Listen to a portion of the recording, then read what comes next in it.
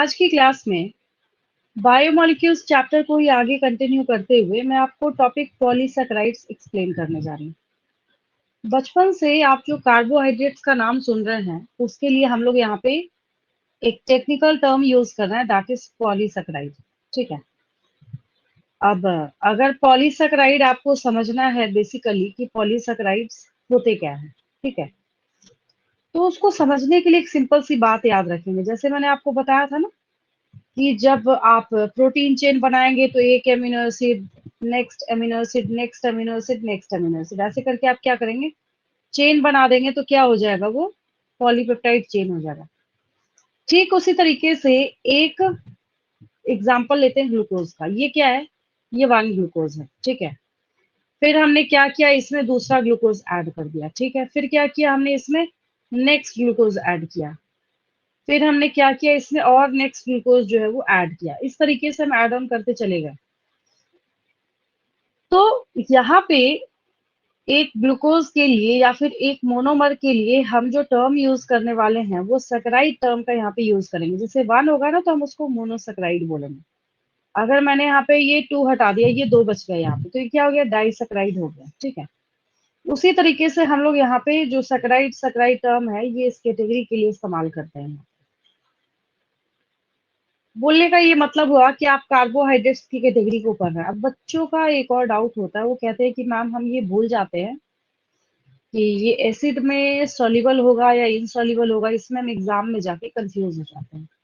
उसके लिए एक ट्रिक याद रखेंगे। पॉलीसैकेराइड हो या लिपिड हो या फिर प्रोटीन्स हो, सबके बारे में एक चीज याद रखेंगे, जो वाटर में सॉल्युबल है वो एसिड में इनसॉल्युबल होगा। अब पॉलीसैकेराइड्स की कैटेगरी में उसके एक लेवल जब नीचे जाते हैं डाइसैकेराइड, तो डाइसैकेराइड की कैटेगरी में जब आप जाते हैं तो आपको आपके घर में जो आप शुगर यूज करते हैं ना, जो चीनी इस्तेमाल करते हैं, वो किसका एग्जाम्पल है, वो डाइसैकेराइड का एग्जाम्पल है, ठीक है। वो भी अभी मैं समझा रही हूँ आपको आगे जाके। तो अगर कोई आपसे पूछे कि एक बात बताओ, ये जो शुगर है ये वाटर में डिजोल्व होगा या नहीं होगा, तो आप बोलेंगे हाँ ठीक है, ये तो वाटर के अंदर क्या हो जाता है, मतलब सॉल्युबल है और ये उसमें डिजोल्व हो जाता है। तो जैसे ही आपने एक पॉइंट कैच करा ना कि वो वाटर सॉल्युबल है, इसका मतलब कि वो एसिड इनसॉल्युबल होगा। एक इस ट्रिक को याद करेंगे, जब एक पहले टर्म यहाँ पे यूज किया जाता है ना, मतलब एक क्या है वहां पे, जब इनसॉल्युबल हुआ तो ऑब्वियस है कि उसमें कैसा दिखेगा वो, टैबलेट्स के फॉर्म में, या जब घुला है ही नहीं तो कैसा नजर आएगा वो, तो हम लोग यहाँ पे बोल रहे हैं एसिड इनसॉल्युबल पेलेट में क्या मिला, एक पॉलीसैकेराइड्स भी उसी कैटेगरी में जाता है जो कि एसिड के अंदर नहीं घुला, ठीक है। और मैं आपको बोल रही हूँ कि हम लोग ये टर्म किसके लिए इस्तेमाल कर रहे हैं, कार्बोहाइड्रेट्स के लिए। तो कार्बोहाइड्रेट्स भी यहाँ पे ब्रैकेट में मेंशन कर दिया। और आप क्या पढ़ रहे हैं, मैक्रोमोलिक्यूल्स पढ़ रहे हैं। मैंने आपको पहले ही बता रखा है कि जब हम कैटेगराइज करना स्टार्ट करते हैं तो साइज के बेसिस पे हमने क्या कर रखा है, माइक्रोमोलिक्यूल्स और मैक्रोमोलिक्यूल्स को यहाँ पे काउंट कर रखा है और बता रखा है हमने इसको। एक एक्सेप्शन कौन था, कौन सा था आपका यहाँ पे, लिपिड था। क्या रीजन हुआ इसके यहाँ जाने का, तो मैंने आपको इसका रीजन भी बताया था कि ये भी आपको कहाँ मिलेगा, एसिड इनसॉल्युबल पूल के अंदर मिलेगा, जबकि इसका जो मॉलिक्यूलर वेट है वो क्या है, कम है, लेकिन फिर भी हमने इसको क्या किया है, मैक्रो मॉलिक्यूल्स के अंदर रख रखा है। एक तो इसकी इंपॉर्टेंस की वजह से, और दूसरे ये जो एसिड इनसॉल्युबल फ्रैक्शन में पाया जाता है उसकी वजह से हमने इसको कैटेगराइज कर रखा है मैक्रो मॉलिक्यूल्स के अंदर, ठीक है। तो ये जो पॉलीसैकेराइड्स में आप देख रहे हैं, तो अगर आपकी बुक के स्टेटमेंट के ऊपर हम ध्यान दें तो polysaccharides are long chains of sugars. हालांकि बच्चों को मैं कहती हूँ कि ऐसे शुगर टर्म जो है इस्तेमाल करना सही नहीं होता, उसका मैं रीजन बताती हूँ। बच्चे कहते हैं कि मैम ये क्या बात हुई कि आप कह रहे हैं कि सही नहीं होता है, तो देखिए क्या रीजन है, मैं बताती हूँ आपको। ये तो खैर पॉलीसैकेराइड्स हमने अभी स्टार्ट किया और ये मैंने आपको बेसिक इंट्रोडक्शन दिया है पॉलीसैकेराइड के बारे में। लेकिन डाइसैकेराइड्स के बारे में जब हम लोग डिस्कशन करते हैं तो हम लोगों के पास एक्चुअली क्या है, डाइसैकेराइड्स की कैटेगरी में कुछ एग्जांपल्स है, देखिए।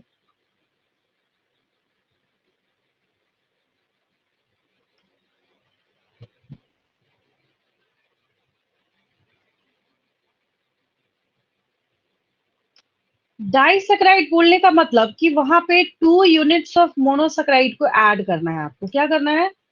2 यूनिट्स ऑफ मोनोसैकेराइड को ऐड करना है वहां पे। ठीक है, एक बात। अब एक्चुअली जो यहाँ पे बेसिक सी बात है जो आपको सीखनी है यहाँ पे, बहुत मतलब जीरो लेवल का है। अगर आपको माल्टोज फॉर्म करना है तो एक ग्लूकोज में जब दूसरे ग्लूकोज को हम ऐड करते हैं, दैट बिकम्स माल्टोज। हमेशा के लिए याद रखेंगे इसको, डाइजेशन चैप्टर में भी ये काम देगा आपको। ठीक है, तो बोलने का ये मतलब हुआ कि अगर आपने अपनी बॉडी में एक ऐसा पॉलीसेकेराइड कंज्यूम किया है जो कि टूटने के बाद पहले माल्टोज में टूटा है, उसके बाद अगर आपको उसका ब्रेक डाउन करना है तो आपको 2 मॉलिक्यूल्स ऑफ ग्लूकोज जो है वहां पे मिलेंगे। पहली बात। दूसरी बात, लैक्टोज के बारे में जब हम लोग बात करते हैं तो लैक्टोज क्या है पता है आपको? मिल्क शुगर है। क्या है? मिल्क शुगर है ये। तो ये कैसे बना? तो ग्लूकोज और गैलेक्टोज को ऐड करने के बाद ये बना है। और ये वो शुगर है जो आप घर में चीनी इस्तेमाल करते हैं ना, शुगर, ये वो शुगर है सुक्रोज। तो glucose plus fructose becomes sucrose. ठीक है, तो बोलने का ये और एक और चीज है, ग्लूकोज, गैलेक्टोज, फ्रक्टोज, सबका फॉर्मूला जो है C6H12O6 है। इसमें तो बिल्कुल भी कंफ्यूज नहीं करना है। सबका फॉर्मूला क्या है? C6H12O6 है। ठीक है, तो ये सब के सब ना आइसोमर्स है। अब इनको ध्यान से देखेंगे ना तो आपको पता चल जाएगा। अब ये ठीक है, ये क्या है? ग्लूकोज है और ये भी ग्लूकोज है। ये तो ठीक है, एज इट इज आपको फोटो कॉपी यहाँ पे नजर आ रहा है, इसमें कोई दिक्कत नहीं है। लेकिन ये ग्लूकोज है। ठीक है, अब इसके बाद जब आप चेक करना स्टार्ट करेंगे गैलेक्टोज को, इसको देखेंगे तो यहाँ पे देखिए क्या है? ये हाइड्रोजन है, यहाँ क्या है? OH। मतलब कंप्लीट फॉर्मूला जब आप चेक करेंगे तो वही निकलेगा, C6H12O6। लेकिन अगर आप इसके स्ट्रक्चर को देखना और एनालाइज करना स्टार्ट करेंगे, आप जब इसके बारे में सीखेंगे, जब आपको पता चलेगा, तो आपको एक चीज वहां पे समझ आएगी कि ये सब की सब क्या है? आइसोमर्स है। आपने केमिस्ट्री में आइसोमेरिज्म पढ़ा है, तो क्या पढ़ा है आपने आइसोमेरिज्म में? आपने आइसोमेरिज्म में ये पढ़ा है कि जब केमिकल्स सेम फॉर्मूला शेयर करेंगे लेकिन जब उनका स्ट्रक्चर जो है डिफर करेगा, तो वो क्या हो गया? आइसोमर्स हो गया। आइसो मतलब ही क्या होता है? सिमिलर होता है। आइसो मतलब क्या होता है? सिमिलर होता है। इससे भी याद करेंगे तो आपको क्या होगा? ये याद रहेगा। ठीक है, तो क्या सीखा आपने? बहुत सारी चीजें जो एक साथ आप सीरीज में सीख रहे हैं। यानी कि आपने जो ग्लूकोज देखा, फ्रक्टोज देखा, गैलेक्टोज देखा, पहली बात तो ये है कि ये खुद में भी आइसोमर्स है, क्योंकि इनका अगर आप फॉर्मूला देखेंगे तो सेम है, C6H12O6। कोई आज के बाद से आपसे पूछे ग्लूकोज का फॉर्मूला बताओ, C6H12O6। ठीक है, अगर आपसे कोई पूछे फ्रक्टोज का बताओ, तब भी क्या होगा? C6H12O6। गैलेक्टोज का क्या हो? गैलेक्टोज और लैक्टोज में बच्चे कंफ्यूज करते हैं। गैलेक्टोज और lactose both are different things. हमेशा इस बात को याद रखेंगे, गैलेक्टोज और लैक्टोज जो है वो सेम नहीं है, वो सब टोटली डिफरेंट है। ठीक है, एक और मैं आपको इसका स्ट्रक्चर शो करती हूँ, थोड़ा ड्रैग नहीं हो रहा है यहाँ पे।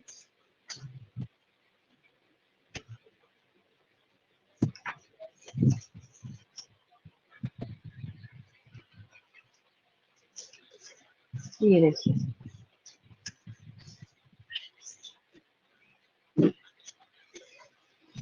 अभी ये क्या है आपके पास? C6H12O6 glucose, C6H12O6 galactose, C6H12O6 fructose. ठीक है, अब थोड़ा सा इनकी पोजीशंस को चेक करेंगे। फॉर्मूला तो हमने देख लिया सबका सेम। यहाँ ठीक है, ग्लूकोज और गैलेक्टोज को जब आप देख रहे हैं H H O H O H, यहाँ तक ठीक है। अब ये देखिए OH यहाँ नीचे है, यहाँ कहाँ चला गया? ऊपर चला गया। बस इतने से मात्र के लिए ये आइसोमर्स हो गए। क्या हो गए? ये आइसोमर्स हो गए। ठीक है, अब ये गैलेक्टोज है, गैलेक्टोज से इसको चेक करेंगे। अब इसको चेक करेंगे तो यहाँ देखिए CH2OH की पोजिशनिंग यहाँ चेक करेंगे और CH2OH की पोजिशनिंग यहाँ चेक करेंगे। बस इतने से क्या हो गया? ये नेम जो है इनका चेंज हो गया, बदल गया। ठीक है, मैं इसको थोड़ा क्लियर कर देती हूँ क्योंकि ये सिंपल सा बना हुआ है, जैसे बच्चे बोर्ड पर से कॉपी करते हैं, ठीक है वैसा ही है ये। कोई भी ऐसा नहीं है कि कोई एनिमेशन या कुछ आपको 3D इसमें देखने को मिल रहा है। इसका स्क्रीनशॉट लेंगे, नोटबुक में इसको बना के प्रैक्टिस जरूर कर लेंगे, ठीक है। थोड़े थोड़े से के लिए यहाँ पे क्या हो गया, ये चेंज हो गया, ठीक है।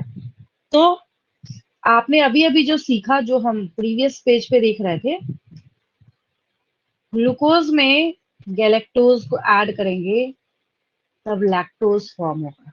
Lactose is disaccharide while galactose is monosaccharide. सुनने में एक सा लगता है तो बच्चे इसमें कंफ्यूज करते हैं, और दूसरा जो रीजन है कंफ्यूजन का मैं वो भी बताती हूँ। लैक्टोज जब हम लोग बोलते हैं ना, प्रोनाउंसिएशन में ये थोड़ा सा मतलब गैलेक्टोज के मुकाबले छोटा है, लिखने में भी क्या है 2 लेटर कम है इसमें। बच्चों को ऐसा लगता है लैक्टोज ही मोनोमर है, मतलब मोनोसैकेराइड है, और गैलेक्टोज ही डाइसैकेराइड है। तो वहां पे उल्टा नहीं याद रखना, आपको याद रखना है कि गैलेक्टोज क्या है वहां पे, मोनोसैकेराइड है, और जो लैक्टोज है वो डाइसैकेराइड है, ठीक है। और ग्लूकोज फ्रक्टोज तो खैर अलग अलग है, उसमें तो कहीं कोई डाउट है ही नहीं। तो ग्लूकोज में सेम ग्लूकोज को ही इसी को 2 टाइम्स ऐड करेंगे तो क्या बनेगा, माल्टोज बनेगा। ग्लूकोज प्लस गैलेक्टोज करेंगे तो इसका तो याद रखना आसान है, गैलेक्टोज है ना तो लैक्टोज इसमें से निकाल लेंगे, लैक्टोज बन जाएगा। और ग्लूकोज में फ्रक्टोज को ऐड करेंगे तो क्या होगा, वहां पे सुक्रोज फॉर्म हो जाएगा, ठीक है। मेरे ख्याल से कोई कंफ्यूजन का सवाल नहीं उठता है, इसको बना जरूर लेंगे अपने नोटबुक में, ठीक है। पीडीएफ आपको एग्जाम में नहीं लगाना, आपको इसी को याद करना पड़ेगा, कॉपी में बना के प्रैक्टिस करना पड़ेगा। तो कैसे बनाया हमने, कैसे इनको फॉर्म किया है, तो ये तो आपने सीख लिया, ठीक है। तो इसी के रिगार्डिंग हम यहाँ पे स्टेटमेंट्स यूज कर रहे हैं, हम लोग ये बोल रहे हैं कि आपके पास चाहे जैसे देखने का मन करे, बट जो बिल्डिंग ब्लॉक्स है यहाँ पे, बिल्डिंग ब्लॉक्स मतलब मोनोमर होता है। बिल्डिंग ब्लॉक्स एक इंग्लिश का टर्म है जो किसी चीज की यूनिट के लिए हम लोग इस्तेमाल करते हैं। कहाँ से आया बिल्डिंग ब्लॉक, तो बिल्डिंग, कोई एक बिल्डिंग बनी हुई है तो उसका ब्लॉक मतलब उसके ब्रिक्स, तो हमने क्या किया वहां से इसको निकाला है, और बिल्डिंग ब्लॉक हम लोग हर केस में इस्तेमाल करते हैं। कोई आपसे पूछे प्रोटीन का बिल्डिंग ब्लॉक क्या है, तो अमीनो एसिड है। पॉलीसेकेराइड का बिल्डिंग ब्लॉक क्या है, तो मोनोसेकेराइड है, ठीक है। तो यहाँ पे सबसे अच्छा एक एग्जाम्पल है आपके पास सेलुलोज। पॉलीसेकेराइड जब हम लोग देख ही रहे हैं, तो सीरीज में आपके पास एक एग्जाम्पल क्या है, सेलुलोज है, ठीक है। अब एक और चीज देखिए, मैं आपको बताती हूँ इसे। अभी ये जो पॉलीसेकेराइड है, इसको जब देखना स्टार्ट करेंगे,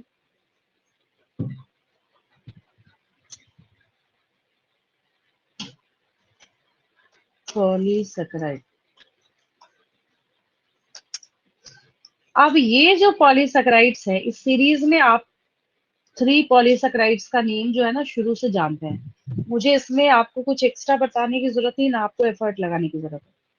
सबसे फर्स्ट जो आप बचपन से सुनते आ रहे हैं, दैट इज सेलुलोज। सेलुलोज जानते हैं आप, आगे हम लोग करेंगे डिस्कशन इसके बारे में। स्टार्च भी सुन रखा है आपने बचपन से, और जब बच्चों से पूछा जाता है ना कि जो रिजर्व फूड है एनिमल में उसका नाम बताओ, तो आप ग्लाइकोजन भी बहुत अच्छे से जानते हैं। ग्लाइकोजन और ग्लूकागॉन में आपको कंफ्यूज नहीं करना है। तो ये आपके पास ना 3 जो है बिल्कुल एक्यूरेट और परफेक्ट एग्जांपल हैं, किसके लिए, पॉलीसैकेराइड्स के लिए। एक आपने सीखा cellulose, next one is starch, and another one is glycogen. सवाल ये उठता है कहाँ कहाँ नाम सुना है आपने इसका। तो सेलुलोज के बारे में जब डिस्कशन करते हैं तो आपको पता है plant cell wall, plant cell wall is made up of cellulose. ये लिखते थे आप हमेशा से पॉइंट, पहली बात तो ये हो गई। और फिर आपको बोला जाता था ठीक है ये सेलुलोज का अगर बना हुआ है तो सेलुलोज किसका बना हुआ है, तो आप फिर उसमें ऐड करते थे cellulose is made up of glucose. अभी हम लोग नहीं लिख रहे क्योंकि इसमें भी एक साथ हम इसको समराइज करके लिखेंगे, ठीक है। तो ये रही बात किसके बारे में, सेलुलोज के बारे में। फिर आते हैं स्टार्च पे। अब जैसे आपका रिजर्व फूड ग्लाइकोजन है तो प्लांट्स के पास भी तो कुछ होगा ना, उसके पास क्या है, स्टार्च है, ठीक है। तो हम लोग यहाँ पे शॉर्ट में लिखते हैं reserve food, reserve food in plants.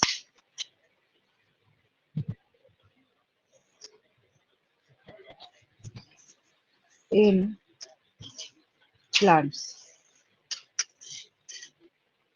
Then glycogen के बारे में, रिजर्व फूड इन एनिमल्स। ये एनिमल्स, आपकी बॉडी का रिजर्व फूड क्या है? ग्लाइकोजन है। मतलब एनिमल वर्ल्ड में जहां जहां पे आपको रिजर्व फूड मिलेगा तो हम लोग वहां पे किसका नाम सुनेंगे? ग्लाइकोजन का। स्टार्च प्लांट्स भी तो स्टोर करेंगे ना। तो एक और इसमें अच्छी बात क्या है कि चाहे हम सेलुलोज के बारे में बात करें या स्टार्च के बारे में या ग्लूकोज के बारे में, ग्लाइकोजन के बारे में, अभी यहाँ पे आपके पास क्या है ना, मोनोमर इज ग्लूकोज। ये सबसे अच्छी बात है। थोड़ा थोड़ा सा वहां भी क्या होगा, उनका स्ट्रक्चर वेरी करेगा, जिसकी वजह से हम यहाँ पे क्या करेंगे, इसको अलग अलग नेम्स देंगे। ये हो गई एक बात। और जैसे आपने एरो से ऊपर डिनोट करा है उसी तरीके से यहाँ भी इसका भी मोनोमर ग्लूकोज है, इसका भी मोनोमर ग्लूकोज है, और इसका भी मोनोमर ग्लूकोज है। बस डन हो गया ये। इतने से आपका हमेशा के लिए जो एक डाउट है वो क्लियर हो गया कि आपको अलग अलग करके रटना नहीं पड़ेगा कि हाँ हमें जब पढ़ना है, सीखना है, तो सेलुलोज का मोनोमर क्या है, स्टार्च का क्या है, ग्लाइकोजन का क्या है, सबका क्या है, ग्लूकोज ही है। ठीक है। फिर जब हम लोग बात करते हैं सेलुलोज के बारे में, तो हमने तो बोला यहाँ पे ग्लूकोज। तो सेलुलोज को जब देखा जाता है तो सेलुलोज की सबसे अच्छी खासियत क्या है? अच्छा, जब मैं आपको प्रोटीन पढ़ा रही थी, तो प्रोटीन को पढ़ाते वक्त मैंने ना वहां पे एक स्टेटमेंट आपको काफी टाइम तक समझाया था। जब पॉइंट आया था ना, हेट्रोपॉलीमर, जब हेट्रोपॉलीमर जब टर्म आया था तो वहां पे मैंने आपको अलग अलग एमिनो एसिड का नाम सिखाया, फिर मैंने आपको पेप्टाइड बॉन्ड फॉर्मेशन सिखाया कि पेप्टाइड बॉन्ड फॉर्मेशन किस तरीके से होता है, सारी चीजें मैंने आपको बताई। तो यहाँ पे ठीक उसी तरीके से ये जब ग्लूकोज क्या करेगा, स्ट्रक्चर तो खैर क्लियर है बट थोड़ा ब्लर है, कोई बात नहीं, देखते हैं शायद ये थोड़ा और क्लियर हो जाए इसके बाद। क्या हुआ यहाँ पे, मोरल ऑफ द स्टोरी, क्या आपको करना क्या है, ग्लूकोज का चेन बनाना है। क्या करना है आपको यहाँ पे, ग्लूकोज का चेन बनाना है। तो जब आप ग्लूकोज का चेन बनाएंगे तो आपको मिलेगा क्या, स्टार्च मिलेगा। क्या मिलेगा, स्टार्च मिलेगा। ठीक है। तो ये जो आप स्ट्रक्चर देख रहे हैं, ये क्या है, कुछ नहीं करना है आपको, ग्लूकोज को ऐड करते हुए चेन बना देना है उसका। तो ये क्या बन गया आपका, स्टार्च बन गया, जो आप अभी अभी सीख रहे हैं। कि प्लांट्स भी तो कुछ स्टोर करके रखेंगे ना। आप जैसे किचन में ऐसा थोड़ी है कि आज जो आपने खाना बनाया, आपके किचन में जो फूड प्रिपेयर हुआ, तो अगर आपके घर में दाल बन रही है तो जितना हल्दी, जितना नमक और जो भी चीज उसमें आप ऐड कर रहे हैं, अगर एक्स्ट्रा कोई मसाला आप ऐड कर रहे हैं, सिर्फ वन टाइम का ही है, नेक्स्ट डे के लिए आपके पास कुछ है ही नहीं। ऐसा तो नहीं करते आप क्या करते हैं, वहां पे कुछ ना कुछ रिजर्व रखने का काम करते हैं। तो ये प्लांट्स भी तो अपना क्या करेंगे, वहां पे रिजर्व करने का काम करते हैं। ठीक है। तो उन्होंने भी जब ग्लूकोज को देखा देखा देखा तो क्या किया उन्होंने, वहां पे स्टार्च के फॉर्म में उसको स्टोर कर लिया। अब एक और क्वेश्चन अराइज हो रहा होगा आपके दिमाग में कि हम इतने देर से ग्लूकोज को ऐड तो कर रहे हैं, लेकिन ये कैसे यहाँ पे कंबाइन कर रहा है, क्या वहां पे लिंकेज काम कर रहा है, कौन सा लिंकेज वहां पे काम कर रहा है? तो बहुत ही आसान है। यहाँ पे आपको ग्लाइकोसिडिक या ग्लाइकोसाइडिक भी कहते हैं उसको, ये बीच बीच में जो आपको दिख रहा है ना, ये ग्लाइकोसिडिक बॉन्ड या ग्लाइकोसिडिक लिंकेज है। इसको ग्लाइकोसिडिक बॉन्ड या ग्लाइकोसिडिक लिंकेज कहते हैं हम लोग। ठीक है। तो अगर आपसे कोई पूछे कि एक ग्लूकोज को दूसरे ग्लूकोज से ऐड करेंगे तो क्या मिलेगा, ग्लाइकोसिडिक लिंकेज। अगर एक ग्लूकोज को फ्रक्टोज से ऐड करेंगे तब क्या मिलेगा, ग्लाइकोसिडिक लिंकेज। अगर एक ग्लूकोज को गैलेक्टोज से ऐड करेंगे तब क्या मिलेगा, ग्लाइकोसिडिक लिंकेज। मतलब ये हुआ, मोरल ऑफ द स्टोरी ये हुआ। और इसकी पहचान क्या है, क्योंकि आप ऑर्गेनिक केमिस्ट्री पढ़ रहे हैं, तो यहाँ पे ये ऑक्सीजन तो आपको दिख रहा है, लेकिन इसके पीछे एक और स्टोरी हिडन है ना। इसके बीच में से आपने क्या किया, इस बॉन्ड को फॉर्म करने के लिए H2O को स्प्लिट करके यहाँ से रिमूव करा है आपने, तब जाके क्या बना है आपका ये ग्लाइकोसिडिक लिंकेज बना है। तो हम लोग एक स्टेटमेंट यूज करते हैं जब इसका नेचर ऑफ बॉन्ड पढ़ा जाता है, जब इसके नेचर ऑफ बॉन्ड के बारे में हम लोग पढ़ाई करते हैं, तो हम बोलते हैं in a polysaccharide the individual monosaccharides are linked by a glycosidic bond. यहाँ ऊपर भी हम लोग लिख सकते हैं, स्पेस तो है, एक ही लाइन है जब इसके नेचर ऑफ बॉन्ड के बारे में हम लोग बात करते हैं। ऊपर मैं ऐड कर देती हूँ यहाँ पे,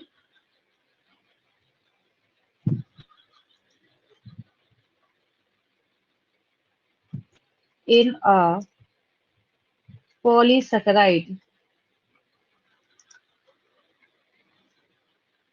the individual monosaccharides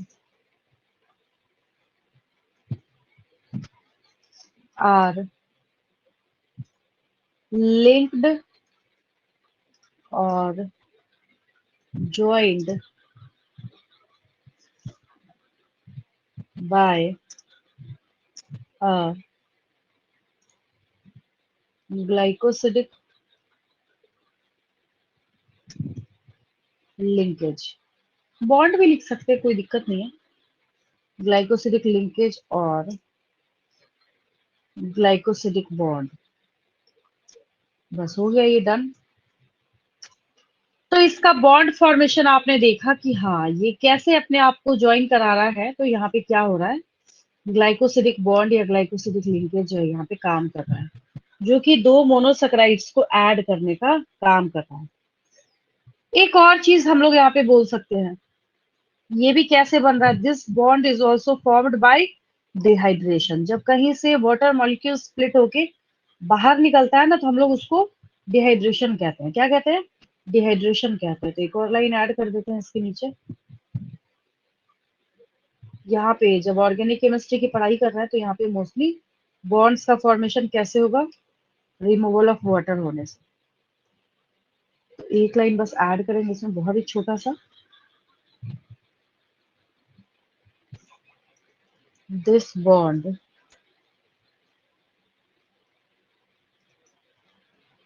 is also formed by dehydration। और जब कभी भी डिहाइड्रेशन सुनने को मिले तो समझ जाएंगे कि किसकी बात करी जा रही है, यहाँ पे removal of H2O, removal of H2O। बस हो गया।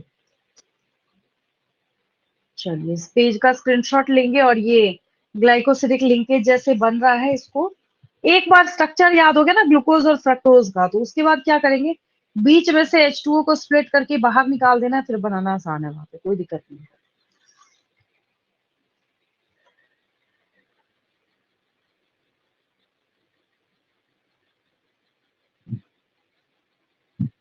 ये हो गया।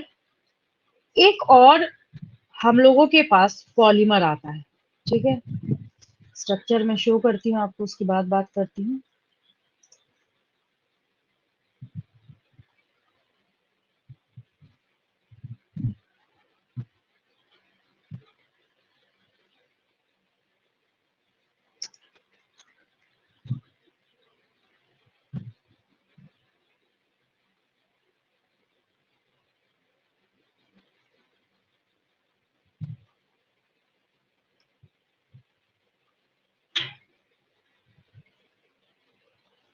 एक और यहाँ पे आपके पास पॉलीमर है, दैट इज इनुलिन। इंसुलिन और इनुलिन, मात्र एक यहाँ पे एस का जो है ना, बस एस का ही फर्क है यहाँ पे। इंसुलिन आप लिख रहे थे तो INS ऐड करा था आपने वहां पे, इट्स नॉट इंसुलिन, ये क्या है, इनुलिन है। ये नीट में पूछा हुआ क्वेश्चन है, mention the monomer of inulin. अभी तो बड़ी आसानी से मैंने आपको सिखाया और आपको समझ भी आया, बहुत आसान भी था जब मैंने आपको बताया कि अगर आज के बाद से आपसे कोई पूछे कि सेलुलोज का मोनोमर बताओ तो ग्लूकोज, स्टार्च का बताओ तो ग्लूकोज, ग्लाइकोजन का बताओ तब भी ग्लूकोज, ठीक है। लेकिन अगर आपसे पूछ लिया गया कि इनोलिन का मोनोमर क्या है, तो इनोलिन का मोनोमर फ्रक्टोज है। एनोलिन का मोनोमर क्या है? फ्रक्टोज है। वहां पे इस बात को हमेशा याद रखेंगे, ठीक है। ये जो आपको यहाँ पे देखने को मिल रहा है एनोलिन, तो इसका मोनोमर फ्रक्टोज है। ये याद रखना भी बहुत बड़ी बात है आपके लिए, ठीक है। इसको हमेशा याद रखेंगे। मैं एक लाइन बस मेंशन कर देती हूँ इसके लिए कि aniline is the polymer of fructose, या उल्टा करके अगर हम बोले तो fructose is the monomer of aniline. तो दो स्टेटमेंट है, जैसे आपको लिखना लिख सकते हैं।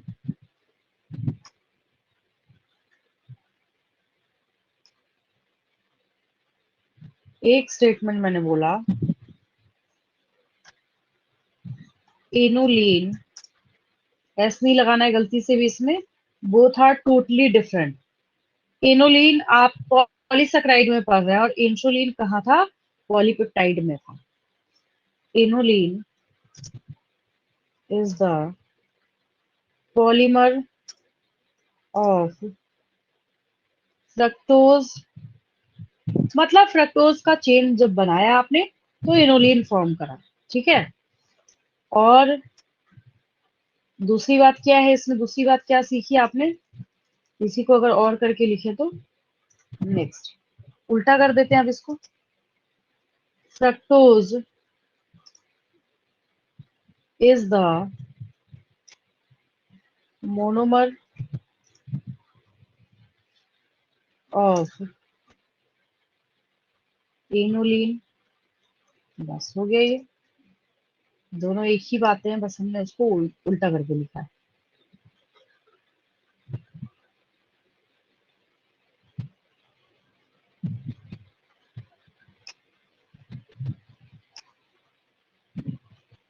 चलिए इस पेज का लेंगे स्क्रीनशॉट।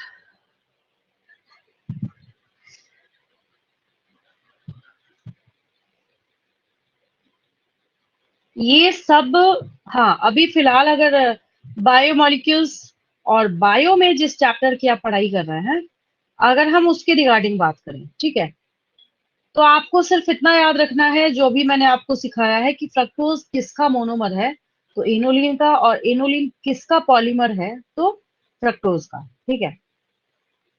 ये स्ट्रक्चर अब ऐसा भी नहीं है कि आउट ऑफ सिलेबस है, ये स्ट्रक्चर जो है मतलब आपको क्या करना है, जब फ्रक्टोज का चेन बनाना है तो ये आप ट्वेल्थ की ऑर्गेनिक केमिस्ट्री में वापस पढ़ेंगे। वहां पे सारे स्ट्रक्चर्स जो है वापस आपको रिकॉल कराया जाएगा, वापस ये सारी चीजें जो आपको बताई जाएगी, ठीक है। अब जब सारा डिस्क्रिप्शन आपने देखा तो एक ग्लाइकोजन बच गया। क्या बच गया? ग्लाइकोजन। इसके स्ट्रक्चर को भी देख लीजिए।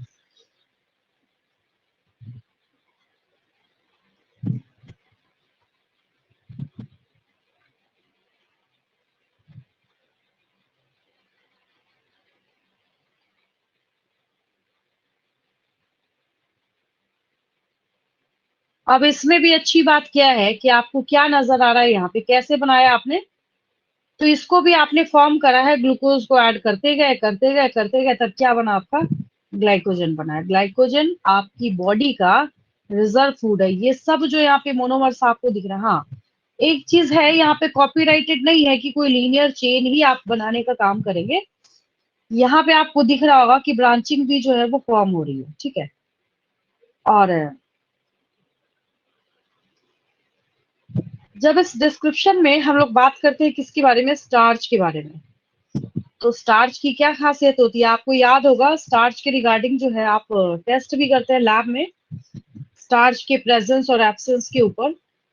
तो स्टार्च में देखिए एक स्पेशलिटी मैं बताती हूँ आपको, जब स्टार्च के स्ट्रक्चर को देखना स्टार्ट करते हैं।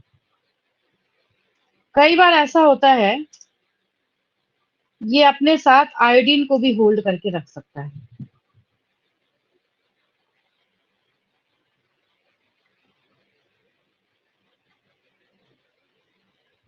अभी यहाँ भी आपको क्या दिख रहा है, यहाँ पे ये जो स्ट्रक्चर नजर आ रहा है, तो किसका है ये पॉलीमर, आप किसका फॉर्म कर रहे हैं यहाँ पे, तो ग्लूकोज का। ये थोड़ा ज्यादा ब्लड है, ये दूसरा हम लोग निकालते हैं।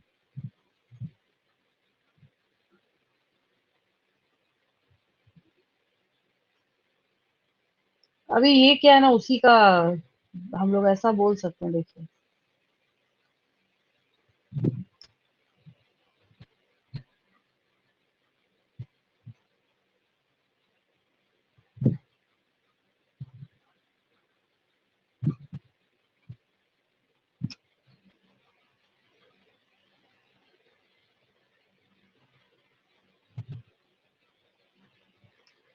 अब जैसे ये स्टार्च है, ठीक है, ये तो हम लोग इसके लिए एक स्टेटमेंट लिखते हैं। टेस्ट भी आप लोग लैब में करते हैं इसके लिए, कि स्टार्च के आयोडीन के बारे में जब हम बात करें, अगर आयोडीन ये होल्ड करके रखता है, तो उस केस में क्या होगा, कलर क्या होगा उसका, ब्लू कलर होगा। लेकिन सेलुलोज जो है वो कभी भी आयोडीन को होल्ड करने का काम नहीं करेगा। तो ये क्या है, एक अच्छा खासा डिफरेंस माना जाता है दोनों के बीच में। तो एक स्टेटमेंट हम लोग इसके लिए नोट करेंगे, उससे और क्लियर हो जाएगा आपको। तो मैं यहाँ पे बोल रही हूँ, the starch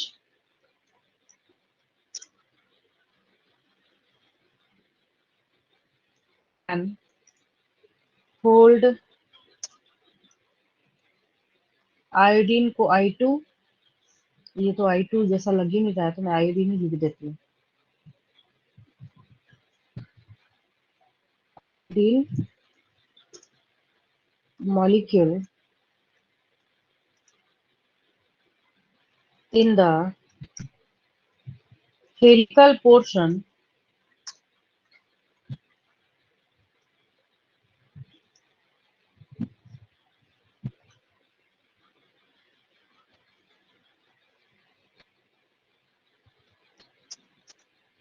then the starch iodine is blue in colour. अगर इसका कलर पूछा जाता है तो हमेशा याद रखेंगे ब्लू कलर का होता है, ब्लू इन कलर। और सेलुलोज नहीं होल्ड करेगा, cellulose doesn't contain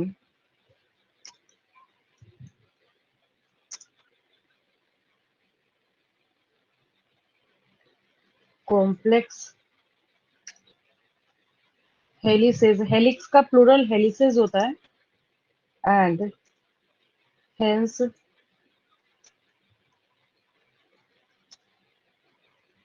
cannot hold iodine।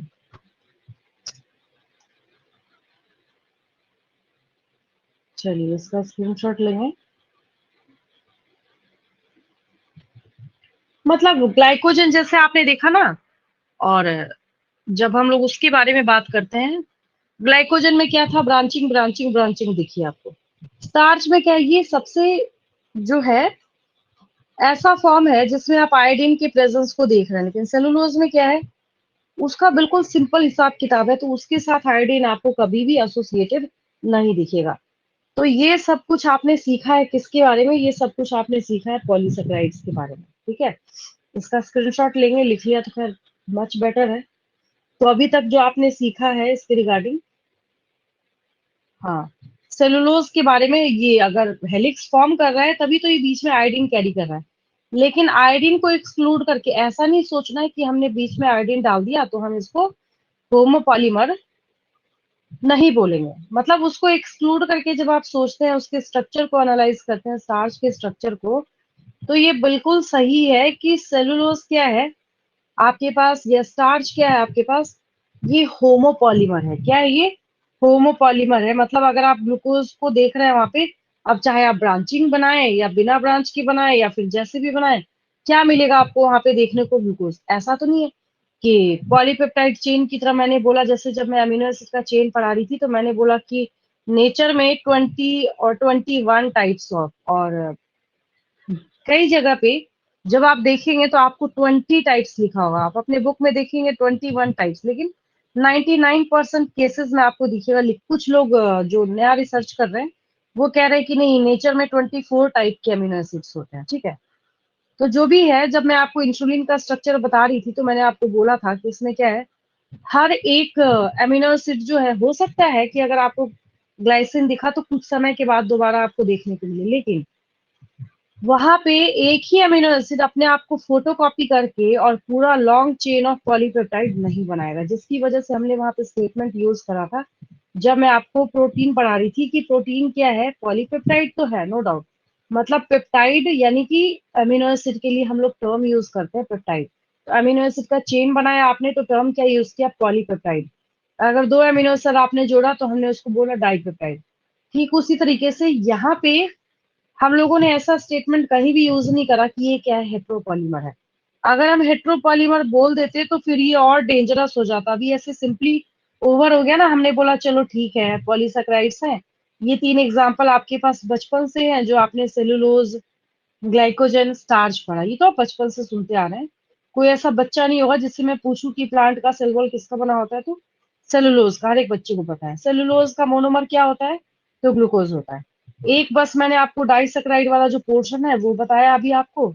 जो भी मैंने मेरे ख्याल से रिवाइज ही कराया, उसमें भी कुछ नया आपने नहीं सीखा। अगर ये भी हेट्रोपॉलीमर्स वहां पे होते तब जाके चीजें जो है और ज्यादा कॉम्प्लिकेटेड हो जाती है। और कुछ आपके जनरल नॉलेज के लिए जो डेली लाइफ से कुछ पॉइंट्स हैं इसकी रिगार्डिंग, जो कॉटन फाइबर है, ठीक है, तो कॉटन फाइबर्स जो आप देखते हैं दैट आर एक्चुअली सेलुलोज।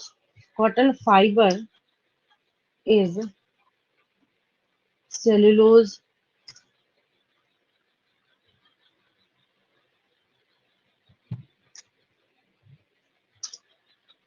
कई बार ऐसा होता है, हम लोग तो ये बोलते हैं कि जो ऑर्थ्रोपोड्स का जो एक्सोस्केलेटन है वो किसका बना होता है, काइटिन का बना होता है। लेकिन काइटिन के बारे में जब हम यहाँ पे देखते हैं, इसके बारे में जब इसके नेचर के ऊपर ध्यान देते हैं, काइटिन भी एक काइंड का क्या है, पॉलीसेकेराइड है आपका, ठीक है। Then exoskeleton of insects, largest phylum आपको पता ही, ऑर्थ्रोपोडा।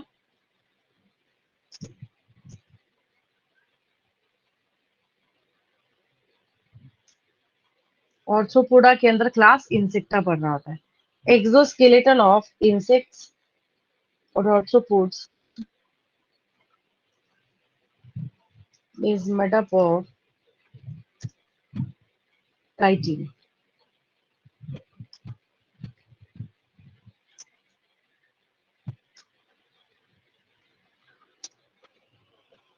ये भी क्या हो गया, पॉलीसेकेराइड हो गया।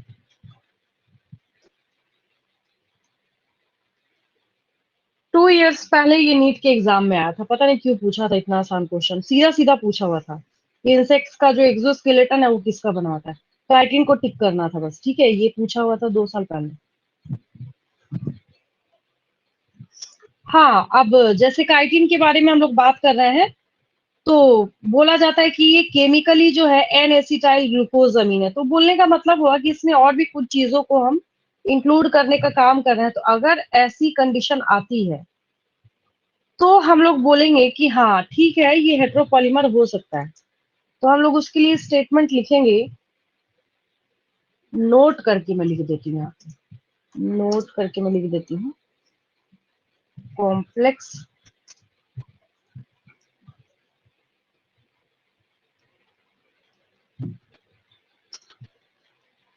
Polysaccharides are हेट्रोपॉलीमर्स। इसमें घबराने की जरूरत नहीं है, हेट्रो मतलब डिफरेंट, डिफरेंट टाइप ऑफ, आपको वहां पे यूनिट्स दिखेंगे तो हम हेट्रोपॉलीमर टर्म यहाँ पे यूज कर सकते हैं, आर हेट्रोपॉलीमर्स बस। अब ये आपका जो पॉलीसैकेराइड है ये बिल्कुल डन हो गया, ओवर हो गया। इसका स्क्रीनशॉट लेंगे।